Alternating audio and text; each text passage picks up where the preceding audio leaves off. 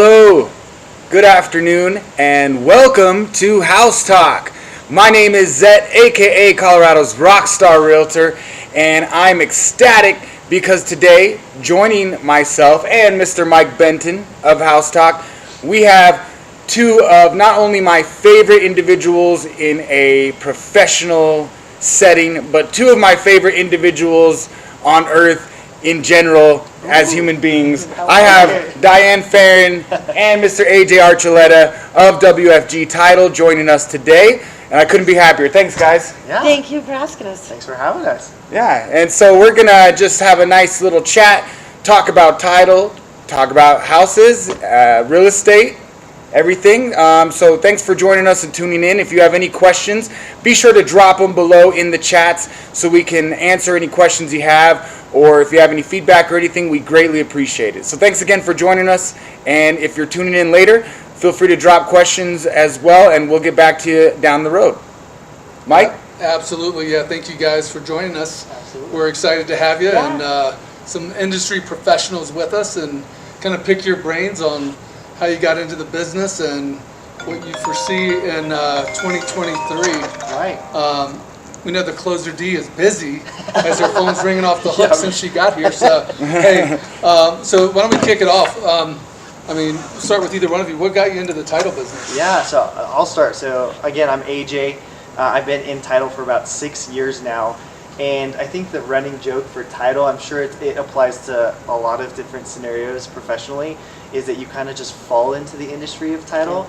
There's no plan, there's no career path, and you're definitely not going to see it at like a college fair, like, hey, do you want to jump into escrow and title for real estate transactions? Yeah. So I actually have a background in technology. I used to work for Apple for 5 years. I was a salesperson and a trainer there. And I had a good friend who happened to be in title, and he just said, hey, a lot of realtors, lenders, they're so busy helping, their clients get under contract and approved, all this other stuff, but they don't spend a lot of time on their social media, their video presence, online presence in general. Mm-hmm. And so he's like, with your background and skill set, would you be interested in jumping into title? And I was like, well, what's title? And of course he avoided the question. He did not answer the question. He just said, well, just apply and see. So I fell into title. I'm a sales rep or a business development rep at WFG. And that's just kind of my backstory. So 6 years now at this point. How about you, Diane? Won't say how many years. About 40. And the same thing. I took a job. I was a pre-med major and took a job for a short time. And typical poor college student, and they had a great plan. They gave you a company car and they gave you a credit card and they told you to go out and do these things and you're going to make a lot of money. And so I took the job and I went home and asked my dad, what is a title company? So kind of the same thing. I had no idea, just kind of fell into it. And that was in the Bay Area when San Jose then became the fastest growing market in America with Silicon Valley. So you learned quick and you just kept running because it was insane. And love it still. Well, you're obviously attracted to great areas, being in, now one of the fastest growing cities I know. in the country. So yeah. Wherever you go next time, just let us know so we can right? follow. There's going to be water involved. Yeah. Well, I love that. So, I think because our listening audience is so diverse, what are some of the misconceptions about title? Because I know in lending, we're involved intimately on a regular basis, but I think, the general public and a lot of folks just don't understand the importance of title and, what you do.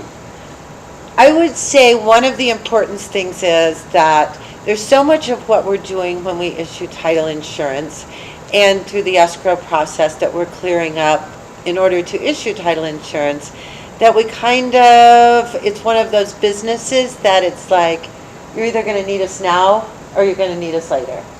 Because if you do it without the title insurance and the escrow side, there's things that can come back and haunt you for years. Right, so it's like the old insurance adage of buy it, when you don't need it, so you have it when you do need it. Exactly. Yeah. And that's really what it is, because most people have no idea necessarily what it is. Right. But if somebody comes knocking on their door and says that, there's a judgment against the previous owner of this property and they're filing suit,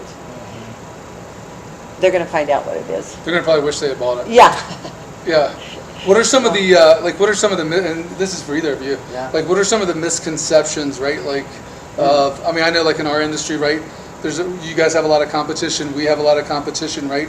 But I think that in any industry, especially our three, there's a big separation, in my opinion, because I've closed with you guys a lot, and you guys do an amazing job.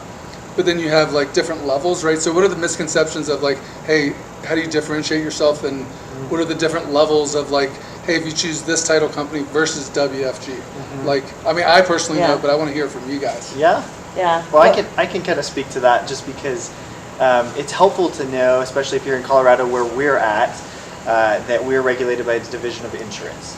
So with that, everybody tries to stay competitive on a monetary scale at least. So you're not going to find that one title company is going to be thousands and thousands of dollars more expensive. There is a variance though, and so that's kind of important to know. But as a salesperson, what's really interesting is I go out and help realtors and lenders build their businesses in ways that are, in ways that we can do legally through Division of Insurance. And that's kind of one of the things that sets us apart. WFG in particular, we also have what's called a marketing technology director. Her name's Lisa Suazo, and she teaches our classes for us. She does online presence, digital audits for agents and lenders and things like that. So we kind of have that. And then just in general, on the actual title side, what we find is realtors and lenders pick their closing company typically based on the relationship that they have with their closers and their salespeople. So that is, really what it comes down to is it a good personality fit? Do we understand each other and communicate well? When an issue does arise, how does that get solved so that the buyers and sellers, they're actually benefiting from the experience and not walking away like, oh, that was a huge headache. So. Yeah. Yeah, and one of the things also that when people are looking, there are two main differences in companies within like Colorado Springs, is there's title insurance companies and there's title companies. We are a title insurance company, which means that we are insuring our own transactions. And I'm not saying it's a positive or negative, but it's something to be aware of, and then you can kind of make your choice on whether you think it's a difference or whether you care about the difference. We're fortunate as a title insurance company that our underwriters are our coworkers. Our attorneys who make a decision are people we may go to a Christmas party with. There's somebody that we are working for that within the same title insurance company. Some are agencies, and they're basically, you can tell by if they say title insurance company in their name. That's the dead giveaway, because anybody that is a title insurance company is going to put that in their name because they're actually the insurance company. And a lot of people don't realize that. I'm not saying that it's a negative, that when it's an LLC, I'm just saying that's something to be aware of. There are differences. Yeah, it sounds like our business, Diane, right? Like mortgage banking versus mortgage brokering, and yeah, a lot of it ebbs and flows, right? Depending on the nature of the beast, and we used to be brokers, and now we're bankers, and there's pros and cons to both, and you can see the difference for sure if you're intimately involved, but at the same time, there's space for all of us. One thing that I always like to know, and I think that anybody who's doing business, like, could you tell us about like what you guys like to do personally? Because again, we are a little bit commoditized, and I think you hit on it earlier, which is like people are doing business, especially in Colorado Springs, with people they have real, genuine relationships with. Right. So what do you guys do outside of when you're not educating realtors and lenders? What do you like to do for fun? Absolutely. So I am a father of 3 boys. Oh wow. Ages 6, 5, and 2 at this point. So I would say that I have hobbies, but they are definitely integrated with those boys. I bet. So it's like, Parade or Festival of Lights. Obviously, we were there on Saturday, hanging out with the boys doing that. So a lot of times at parks, a lot of times at home, especially during the cold months, watching movies. I am well versed in a lot of Disney movies at this point. So yeah, that, and then I do play soccer on a men's team. So I do that kind of just for fun and just hang out with people that way. Other than that, I'm really involved in my local church here in Colorado Springs as well. And that's just been a real outlet for community for me in particular. That's awesome. Well, I didn't know you had 3 boys, so that's Yeah. me learning a little bit about you. That's really cool. God bless your wife, because I mean, having 3 boys under the age of what, 6? Yep. Yeah, I mean that's a handful at home for That's a AJ. lot. So Yeah. be easy on him, guys, out there. You know. That's How about you, Diane? Well, I enjoy gardening, not this time of year. So, but I enjoy hanging out. I have a lot of friends, and what's really wonderful is you meet people in this industry, and then you go back years and years with them, and then they're your friends. And so even though you're not always even talking about business all the time, sometimes you are. I've got like different group texts that are all realtors or a few lenders involved, but then you become friends. And that's what the group text is more about. I love water, and we have a shortage here in the state of Colorado. So I get to my daughter, I have one daughter, and she was in Florida for quite a while, and I would go there a lot. Fortunately, she's a much closer plane ride right now in Orange County. Oh, amen. So I'm going there Thursday of this week. I try to get there for at least a long weekend or a weekend as much as I can. And also involved in my local church and a lot of family stuff. So. Well, that is awesome. Yeah, thank you guys for sharing that. So what do you guys see for 2023, right? Like, so Diane, you and I were in the business, during 08, 09, 2010, and I see some things that are similar and some things that are a lot different. But that being said, like, what do you see 2023 looking like for our local market? Well, I think we're still going to have strength with our job market. I think we're still going to have people coming in, not as many leaving. So far we're not seeing, I haven't heard of a lot of military leaving. So we'll still have strength with that. Zet and I were talking about that, and I don't know, I'm going to give it a 50-50 shot. Whatever I say, it's going to have a 50% chance I'm going to be right. I mean, I think we're going to have people that settle into rates, that it's not going to be as low as it was, but even, 5.5%, 6%. I mean, I bought my first house during the Carter administration, and I was thankful to get 16.5 because it went up to 18.5. Yeah. So Good deal. it's all relative, I mean, I'm not saying that it's not better to have 2.5 than 6.5, but I think that's part of it right now is just people settling in. Once something sets for a little bit of time, they get more comfortable with it. Yeah, And then I they love that. say, okay, now I'm not necessarily going to buy right now because let me see what happens to the rates. Because a few years ago, I mean, we were sitting at between 6 and 7, Yeah. and we were very busy. Right. Yeah. Agreed. But I we mean, didn't come from 2.5, but even that took a little while. Right. I think people get, they get accustomed to understanding that, hey, maybe it's not going to come back. I mean, I think what I'm seeing like a lot is, hey, I saw somebody's post, I think today was, and there was a lot of comments on it about how, we're going to wait until house prices I drop. saw that same one on Yeah, Facebook. because they think that, hey, we're going to see 08, 09 again. But yes, the past is a decent predictor of the future. But at the same time, I think, individual markets are very important, right? And then understanding that, hey, the millennial generation is, the largest generation ever in our history.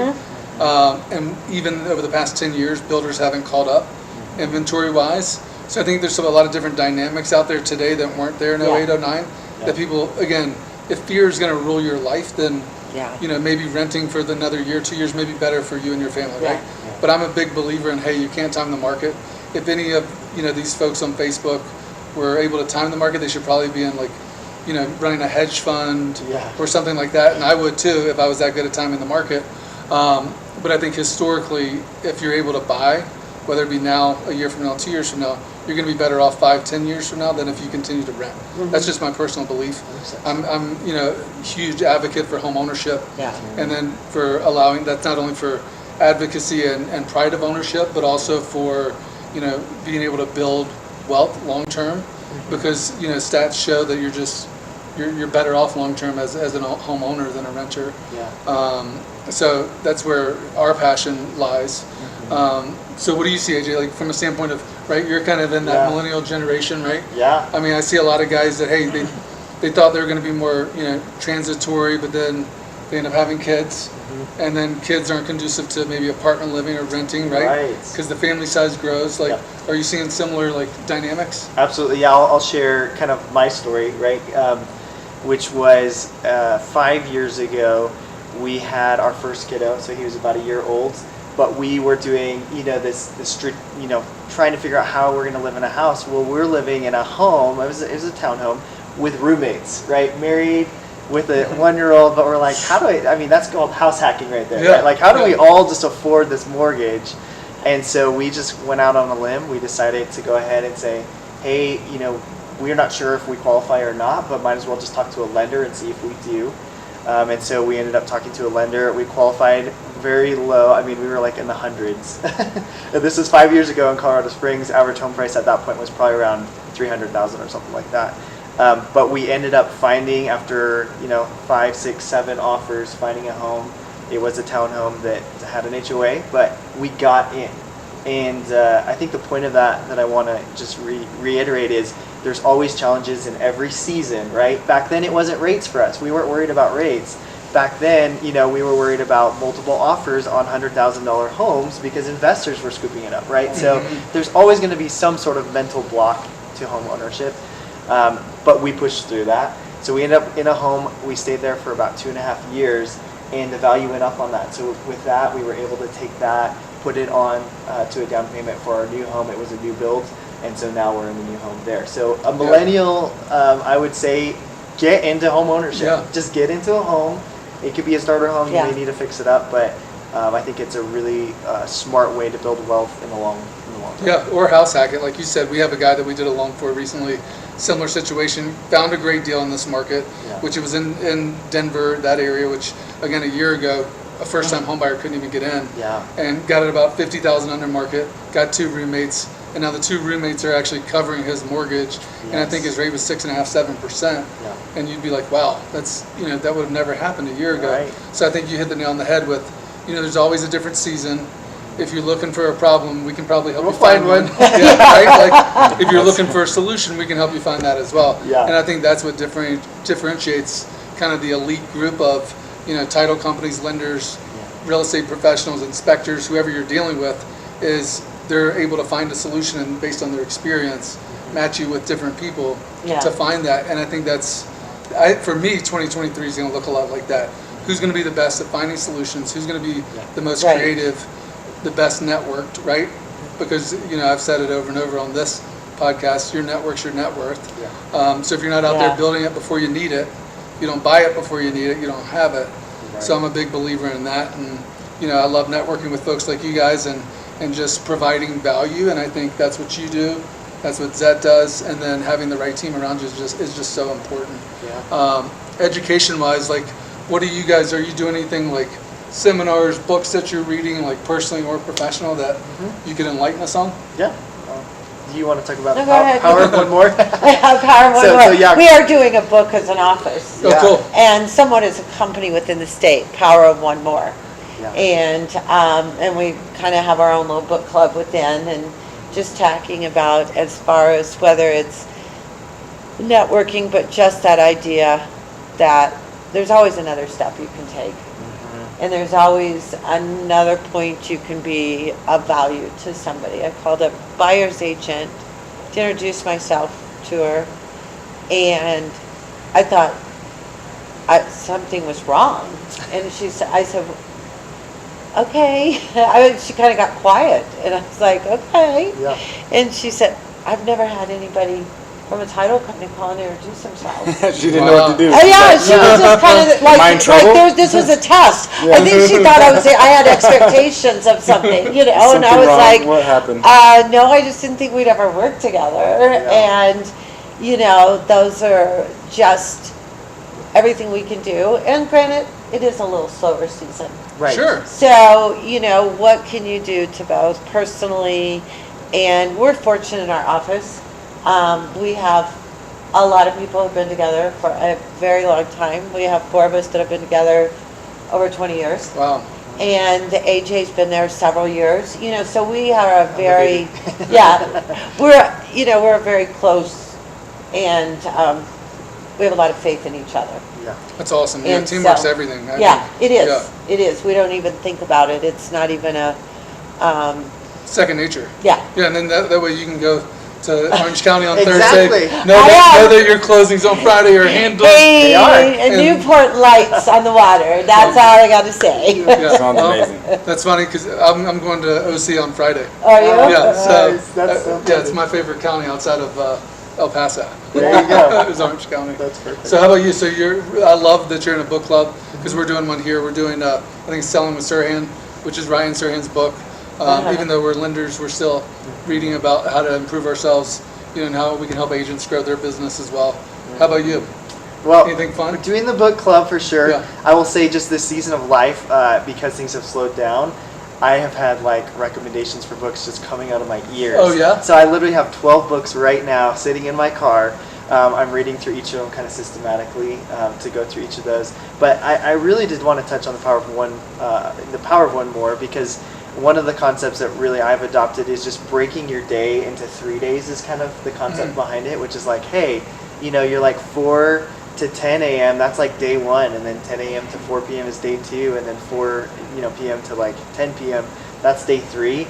That really, for me, I don't know what it was, but it was just a mental switch of like, hey, I can fit a lot in if I'm intentional and kind of think of it that way.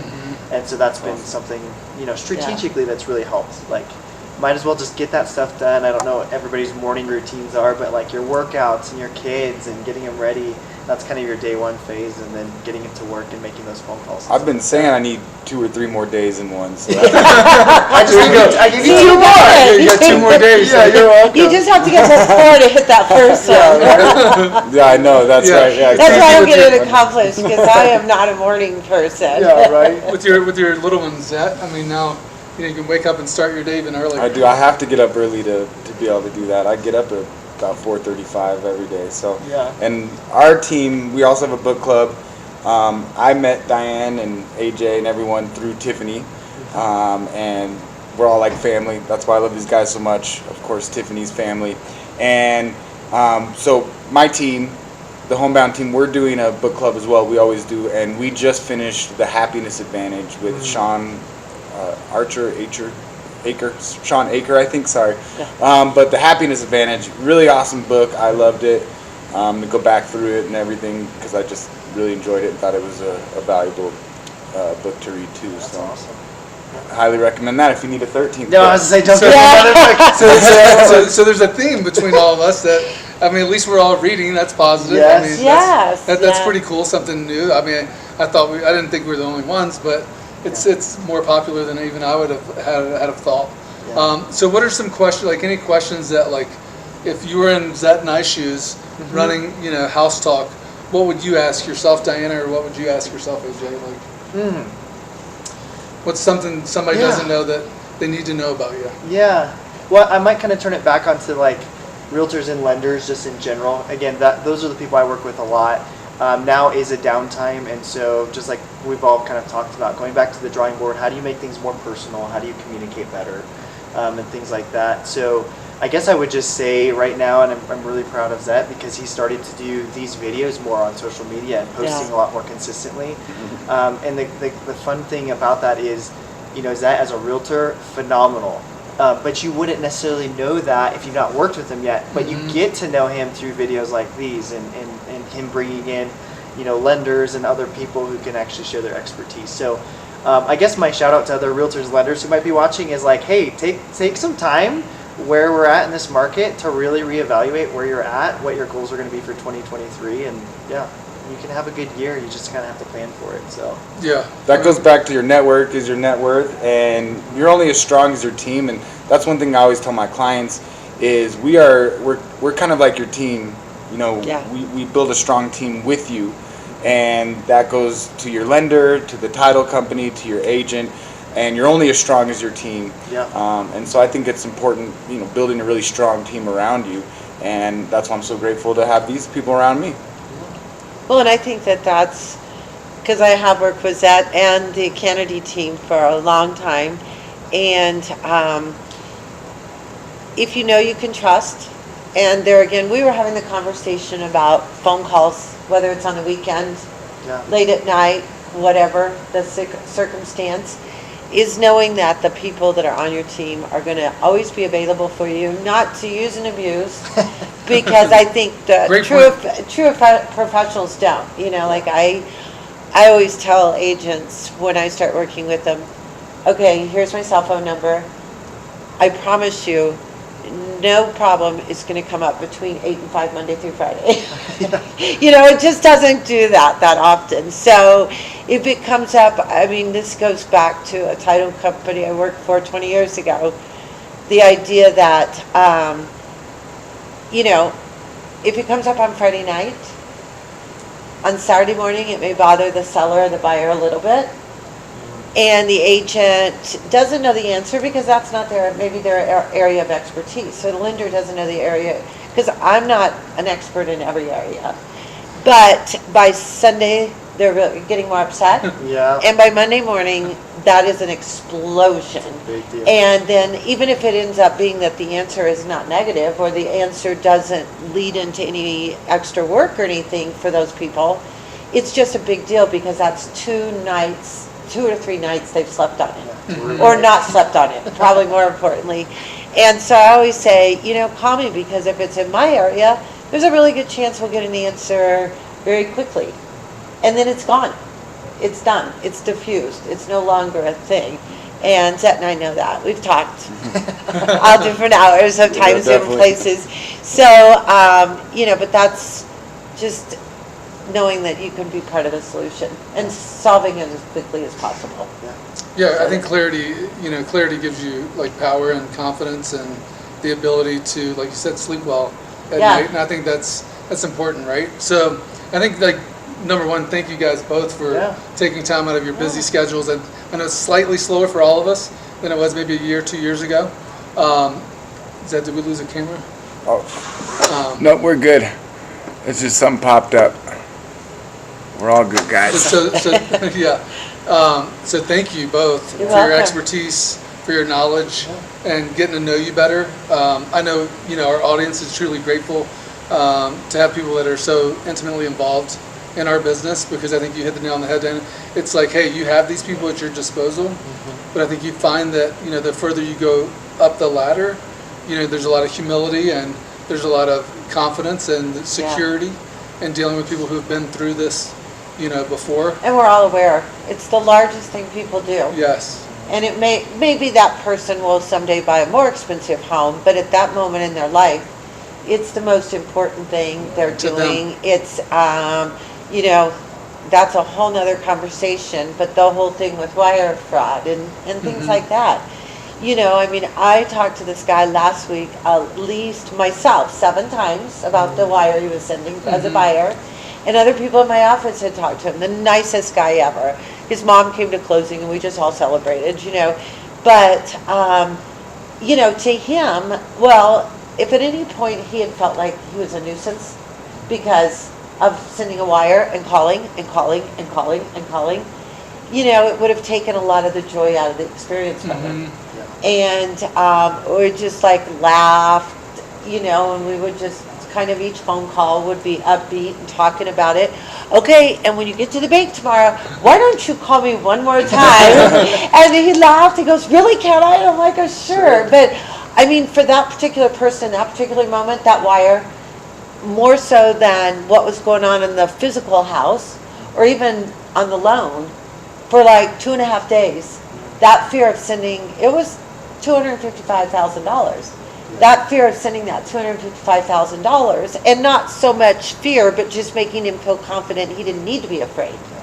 And here's why you don't need to be afraid. And if you're feeling afraid tomorrow, call again. And he did. Well, I've heard horror stories of people sending large amounts in wires. And that's why it's so important. And, you know, talking directly to the title company to give you the instructions and work through that. I just want to say, Diane, what I love about you and working with you is that you make the experience so enjoyable and so fun. Thanks. That's why I love working with Tiffany, is her love language is fun. Yeah. And very working true. with you, it is always a good experience. And I've sat in some really tense situations at the closing table, and it was enjoyable, and everything worked out beautifully well, and everyone had a great time. And even if it was tense, you helped to make it as wonderful as it could be. So I just want to say thank you so much. I love what I do. Yeah. And that's why I still do it after all these years, because each transaction is different. What people are bringing into the situation is different, so you're never doing the same thing twice. Because even if there's certain similarities on the buyer's side, then the seller's different. 100%. And so, we've had some different sellers. So I have stories. Yeah, we have Some lots of involve stories, so. police. No. We're going to start a new podcast called the Craziest Real Estate Stories. Yeah, there you go. That's perfect. Oh, Diane's got a bunch, I know, so we're going to have some good stuff. Well, yeah, that's it for us on House Thank Talk you. today. Yeah. Thank you guys for joining. We're going to be back next Tuesday, same time, same place. And if you do have any questions for Diane and AJ, post them down below, and we'll see you guys next week. All right. Thank Thanks you. so much, guys. Bye-bye.